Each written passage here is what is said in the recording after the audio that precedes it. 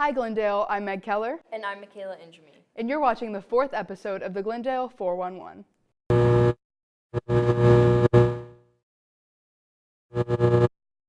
A new restaurant introduces the Ozarks to their unique lemonade. Michelle Lewis brings you the story.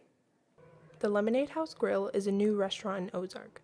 Its many flavors of lemonade and its atmosphere bring a new feel to dining in the Ozarks. It all started with a man named Jim Hoyt. He started as a lemonade stand. What he did was pretty much he'll take sugar and boil the water and then add ice to it, and then that's how he made his lemonade and freshly squeezed that lemon as well. He started selling 20 different kinds of lemonades in front of stores such as Kroger, Walmart, things like that, and it started booming. Jim Hoyt loved lemonade, and then he also loved making burgers.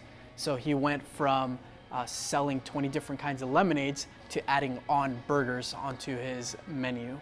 And so he started in a small little restaurant, about 1,200 to 1,500 square feet.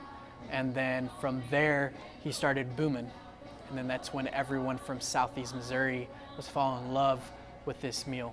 We drive from Springfield to eat here because of the atmosphere of the place and also the quality of food. They always like you to be happy when you leave.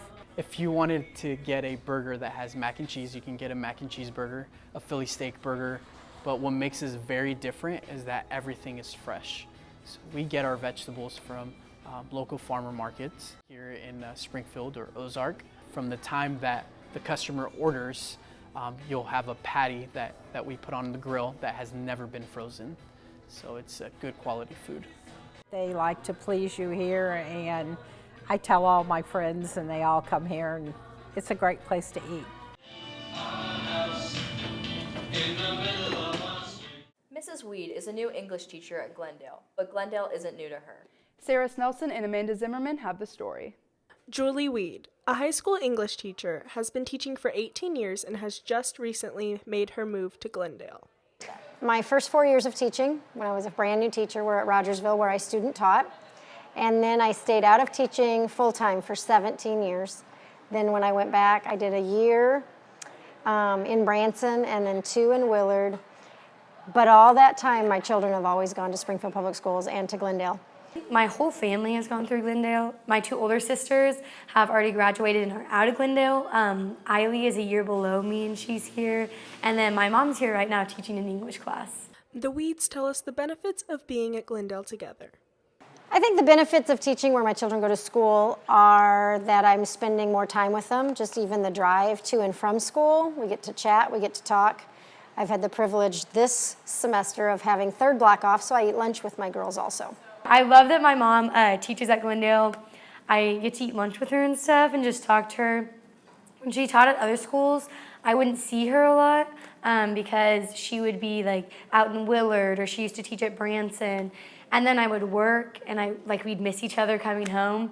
But now that she's here, she takes us to school and we're with her for 30 minutes in the morning because we have to get here early. And yeah, I like having her here a lot.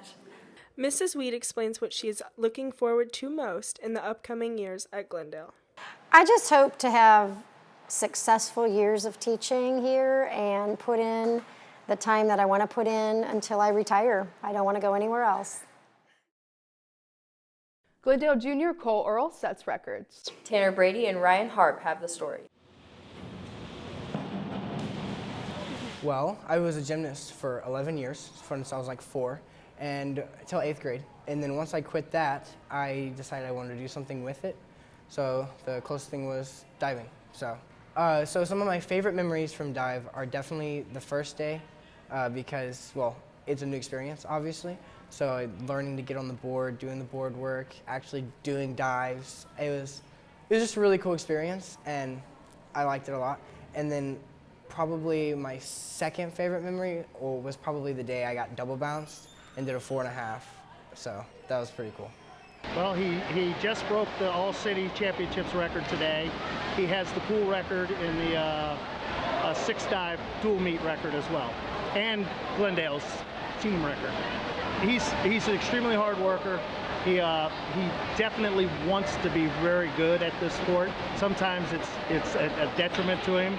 sometimes it gets into his head and causes him a little bit of to not be quite as prepared as he needs to be because he's so worried about things he shouldn't be.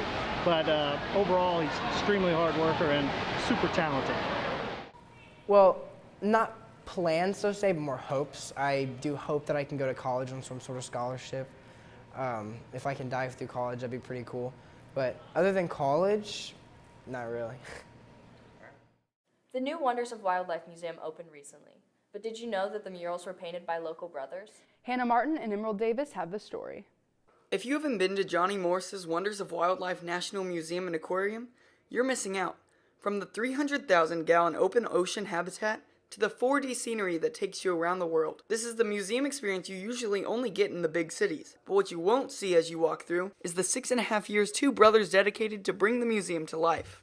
The whole process of making an environment like this starts with inspiration, someone saying what they want, to see in an area, and then it goes to concept artists and designers, and they go through and make a preliminary design. We did a lot of preliminary illustrations that got approved, and then we started painting from there. Murals are a really intense project. When you're painting a forest in a mural, you're not just painting one tree or a couple in a little tiny space. You're painting hundreds of them, and thousands of them sometimes. So you can think about how many brush strokes that would take. We're so used to working large scale and fast for commercial projects, and they read well, but when you go into a museum like this, you really want to look in there and see some details, see some interesting things. And so after about 10 hours of focusing, you're just exhausted. So that was probably the most challenging thing, is to stay focused on when it was time to paint the little detailed things. It's tough doing something for a living. It's a grind, and so there will be ebbs and flows where you're more into it and less into it, but part of being a professional is just waiting that out and working your way through it.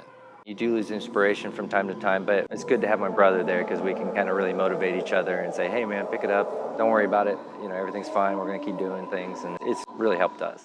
Big museums like this don't come around very often, and the ability to do it in our hometown and with my brother is just the perfect chance to kind of express ourselves and be close to our family and friends. I think the easiest part about it probably was being excited to come into work. I really like this, and I like what we're doing.